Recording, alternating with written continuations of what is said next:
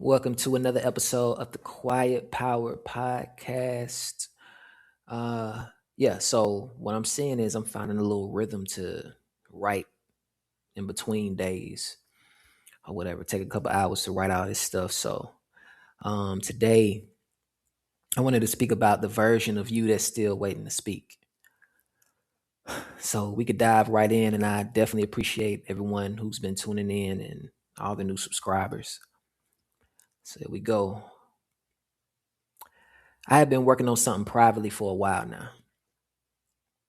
Not a project, not a system, something older than that. Something that goes back further than any version of me that most people have seen. I have been learning how to feel things again in the moments I taught myself not to.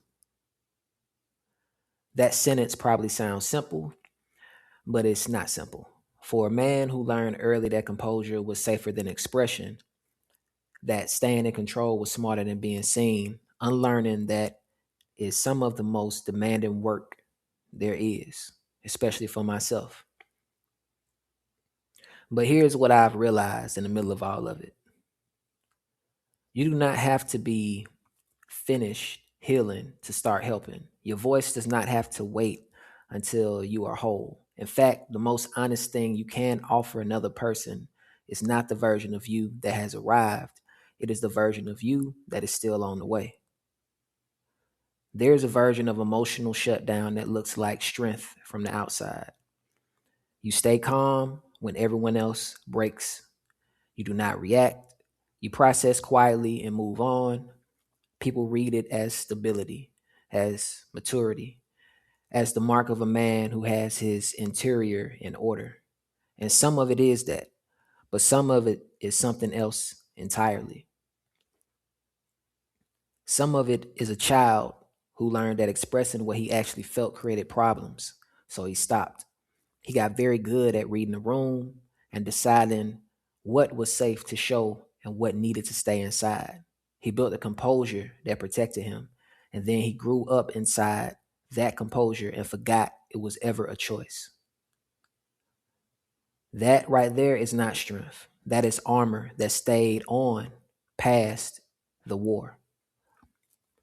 The war it was built for is over. The people and the moments it was protecting you from are gone or irrelevant, but the shutdown still happens in certain conversations, in certain rooms, in moments where something real is being asked of you, and some older part of you pulls the door closed before you can decide whether you want it open. I know that moment. I have lived inside it more times than I want to count. And what my therapist helped me see recently is that the part of me that shuts down is not broken. It is not a flaw in my character. It is a younger version of me still doing the job he was assigned a long time ago. The work is not to destroy that part. The work is to let him know the job is done. So here's what changes when you start doing that work. Not immediately, not all at once, but slowly. In those moments where you used to go quiet, something different becomes possible. You start to feel the shutdown coming, and instead of going with it, you pause long enough to ask a different question. Not what is composed, not what is the composed response here, but what is the true one? And that question, that small shift from composure to truth, is the difference between being present in your life and performing your way through it. Performing composure is exhausting in a way that it is hard to explain to people who have not done it because it looks effortless from the outside. Nobody sees the work it takes to stay that contained. Nobody sees what you are holding back or what it costs you to hold it. They just see the calm and they call it strength, and you let them. But you know what it actually is. It is distance, it is maintained carefully between you and the moment you are in, between you and the person in front of you, between you and the parts of yourself that have something real to say if you would let them.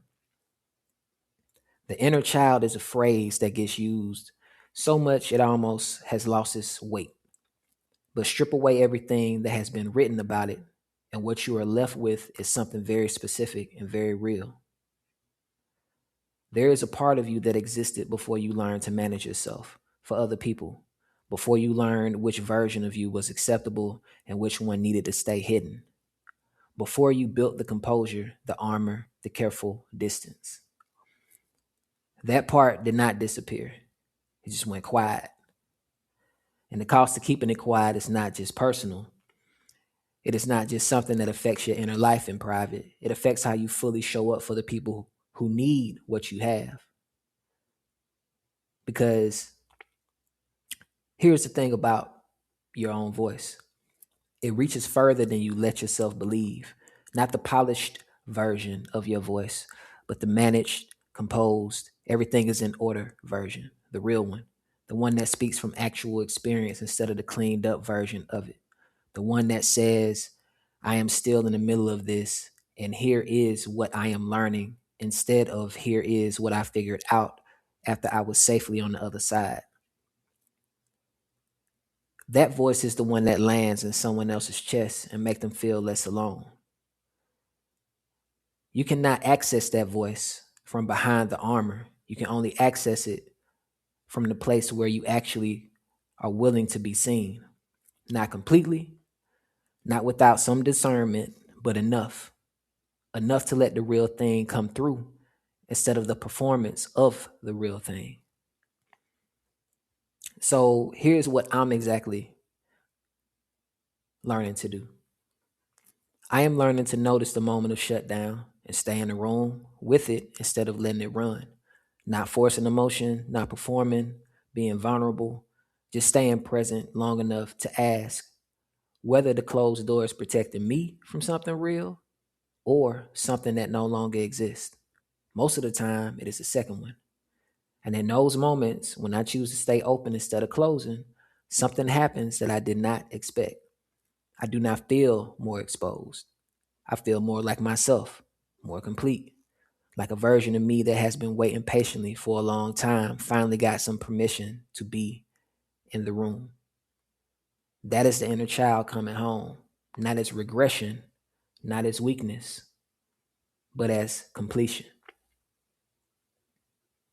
If you are somewhere in the middle of your own version of this, I want you to hear something clearly. You do not have to be finished to be useful. The work you are doing on yourself right now, the releasing, the opening, the learning to be present in the moments you used to manage, that work is not separate from the impact you are here to have. It is the source of it. The most honest thing you can give another person is not the version of you that has it figured out. It is a version of you that is honest about what the figuring out actually costs. That honesty is the thing that makes your voice reach further than the performance ever could. Stay in the room, even when closing the door feels safer. Stay in the room. So, yep, it's another episode of Quiet Power Podcast. I just had to share what I wrote yesterday. But yeah, I hope that resonated with you. Definitely share, like, and subscribe. And it's gonna keep going with this. Just raw, unfiltered, just conversation pieces. Uh, Definitely enjoy the rest of your week. And I'll see y'all Saturday for the newsletter. Until next time.